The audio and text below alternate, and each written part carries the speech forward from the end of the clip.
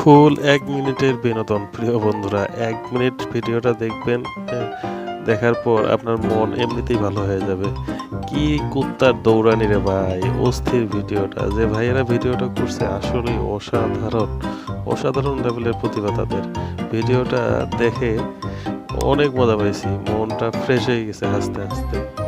এরকম দৌড়ানি কেউ কি খাইছেন? যদি কেউ খেয়ে থাকেন কিংবা আপনাদের আশেপাশে কোনো বন্ধু যদি খেয়ে থাকে তাদের নামটা মেনশন করে দিবেন সবাই।